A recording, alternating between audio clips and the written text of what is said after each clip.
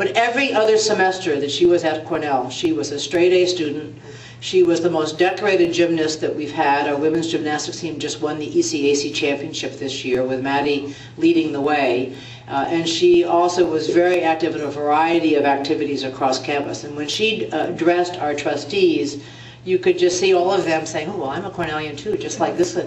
And she's going off to work at McKinsey Corporation, a highly respected consulting firm in Chicago. And I think to myself, if we can find students like Maddie and not get in their way while they're at Cornell, they'll do a wonderful job. So she's perhaps not the typical Cornellian, but the fact that she's one of, in this semester, 68 other 4.0 students who are varsity athletes, she's not unique either. Now, Barry was recruiting you to help welcome, as I mentioned, the sesquicentennial class. Right now, we hope they're going to number 3,182 when we officially count them at their 6th week of enrollment. Right now, we're closer to 3,400. So the budget office is thrilled, and the housing office is in a panic.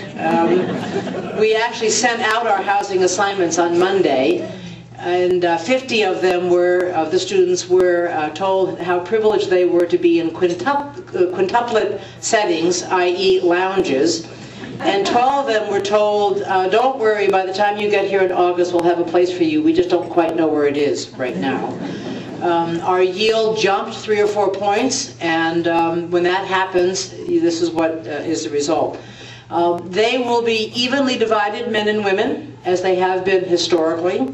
About 20% of them identify now as members of Hispanic, African American, or Native American, or a well, actually those 3 categories, underrepresented minorities. Almost 17% are Asian American. Almost 11% are international. I'm going to talk a little bit more about them in a minute. 10% of them choose not to tell us what their racial or ethnic background is. About 5% are mixed race, and we're seeing that as an increasing number. And so if you could quickly add all those numbers up in your head, you would discover that just over 40% of our entering freshmen now identify themselves as white American citizens. Big, big change from my time, and I'm going to compare them against one of the classes I talked to in reunion in just a minute.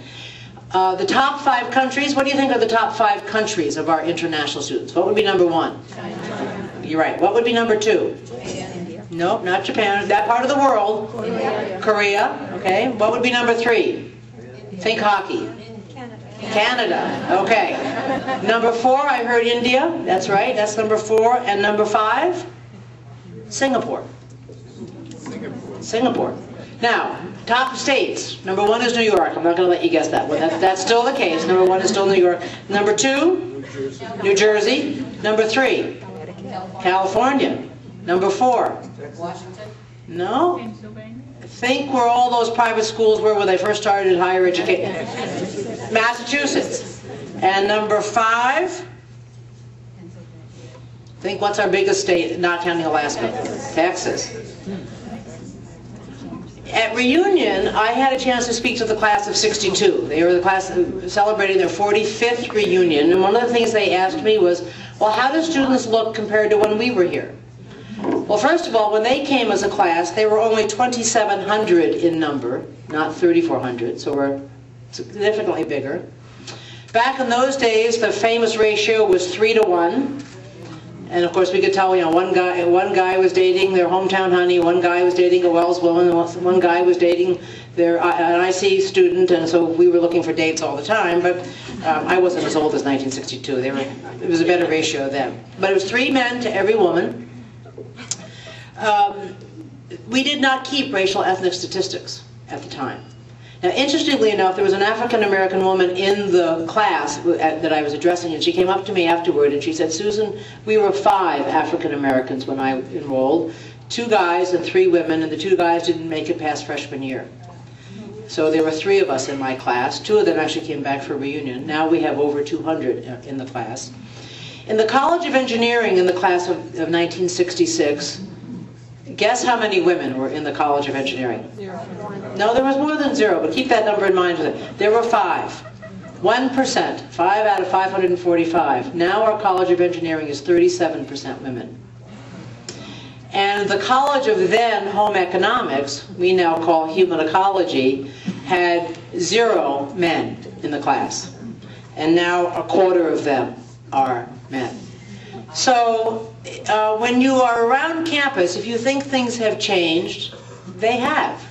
And that makes for just an incredibly rich academic experience and student experience for our students.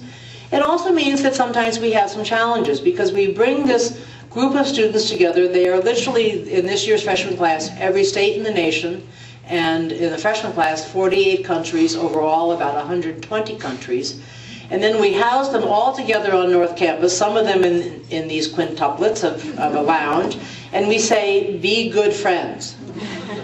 And, you know, imagine, if you all went to school, or just actually imagine you and your spouse in a 200 square foot room, and that's your only defined space, and that's where you get to live together for a year. No wonder you want to kind of get out and about, and no wonder there's some roommate conflicts occasionally that occurs as folks from very different experiences try to learn how to live together and indeed make lifelong friendships, which they will do. But the student body, as the face of the campus, literally has changed, and I think, frankly, for the better. And as I think about the opportunities and, in fact, challenges that these students will have when they go into their world of work, which is, in their minds, an international world. I mean, they do not see country boundaries in the same way even my generation, let alone the class of '66, saw, because they can, you know, they're connected all the time on the internet. That just gets rid of the boundaries, and it's even just easier to travel. So they're going to have an awful lot of opportunity to practice living in that multicultural, multilingual, multi-experience world. You know as well that the face of the campus has changed from a facility point of view. Here's where I went back to when I was talking with you 7 years ago and was noting what buildings I mentioned as part of that conversation. And I was talking about how we had just opened up the North Campus, so we would be opening up West Campus that fall for the first time, and that Duffield was about to be finished. Well, as I think over the last decade about what has happened on the campus, it's extraordinary. All of the class halls that were new to the class of '66 are gone and been replaced by our West Campus complex. We do now house all of our first-year students together on the North Campus, thanks to the addition of the Court K, Bauer, Muse complex and Appel Commons. Of course, Weil Hall with life sciences, now the wonderful physical sciences building. You can go down the list. Africana, Beck Center at the Hotel School, all kinds of construction up on the Contract College side. Bailey Hall has been renovated, thankfully. It makes going to such things as Cornell night much more comfortable. And this past weekend, we just celebrated the expansion of the boathouse down on the inlet, giving our women rowers exactly the same facilities as our men's rowers, which is something that's been long overdue. So what's interesting to me about that growth in the last decade is the student population in those 10 years has not grown very much at all. It's only grown about just about 1,000 students. And our faculty size has not grown that much. So you would say, why are you doing all of this building? Well, one of the reasons we're doing the building on the student side is, quite frankly, they just expect more. When we built West Campus, we added 225,000 net square feet without adding a single bed to West Campus. But we now provide dining in each of the residence halls. We actually provide visiting faculty suites in each of the residence halls. There are music practice rooms now in the residence halls. Things that we couldn't have imagined a generation ago of providing our students. But it's what we think enriches the living learning environment, and it's what many of our students expect. And you can imagine as well on the faculty side, from the demands on the research area, that's also what's driving an awful lot of the growth. Now, one of the changes that's occurring is that this pace of growth is not going to happen. We finished our campus master plan in the spring of '08, right at the end of the uptick, and modeled a growth rate for the university of about 1 million square feet every decade, because that's actually what we had seen for the past 3